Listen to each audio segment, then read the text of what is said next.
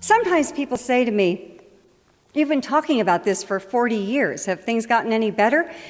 And actually, I have to say, really, they've gotten worse. Ads sell more than products. They sell values, they sell images, they sell concepts of love and sexuality, of success, and perhaps most important, of normalcy. To a great extent, they tell us who we are and who we should be. Well, what does advertising tell us about women? It tells us, as it always has, that what's most important is how we look. So the first thing the advertisers do is surround us with the image of ideal female beauty. Women learn from a very early age that we must spend enormous amounts of time, energy, and above all, money, striving to achieve this look and feeling ashamed and guilty when we fail. And failure is inevitable because the ideal is based on absolute flawlessness. She never has any lines or wrinkles. She certainly has no scars or blemishes. Indeed, she has no pores. And the most important aspect of this flawlessness is that it cannot be achieved. No one looks like this, including her. And this is the truth. No one looks like this. The supermodel Cindy Crawford once said, "I wish I looked like Cindy Crawford." She doesn't, she couldn't, because this is a look that's been created for years through airbrushing and cosmetics, but these days it's done through the magic of computer retouching. Keira Knightley is given a bigger bust. Jessica Alba is made smaller.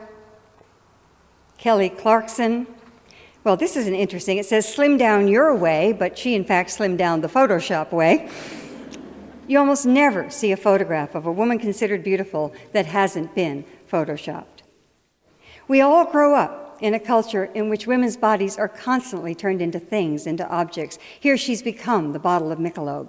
In this ad, she becomes part of a video game.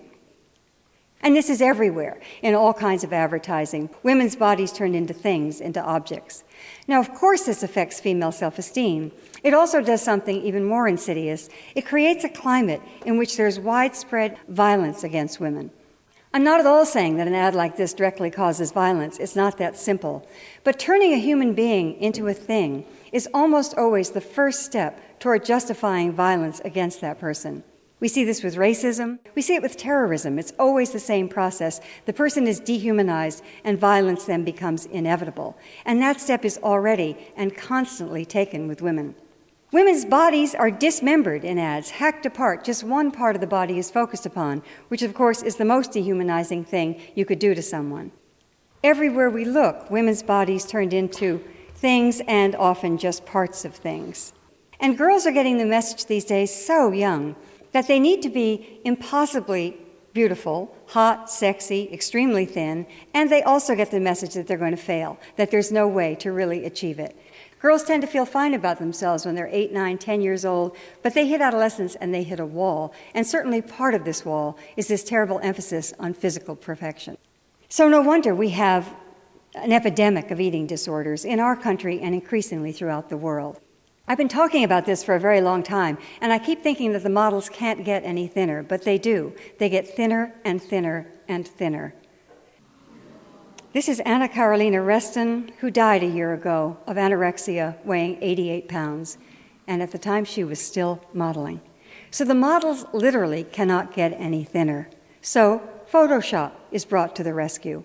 There are exceptions, however. Kate Winslet has been outspoken about her refusal to allow Hollywood to dictate her weight. When British GQ magazine published this photograph of Winslet, which was digitally enhanced to make her look dramatically thinner, she issued a statement that the alterations were made without her consent. And she said, "I don't look like that, and more importantly, I don't desire to look like that. I can tell you that they've reduced the size of my legs by about a third." Bless her heart. So what can we do about all of this? Well, the first step is to become aware, to pay attention, and to recognize that this affects all of us. These are public health problems that I'm talking about. The obsession with thinness is a public health problem. The tyranny of the ideal image of beauty, violence against women. These are all public health problems that affect us all, and public health problems can only be solved by changing the environment.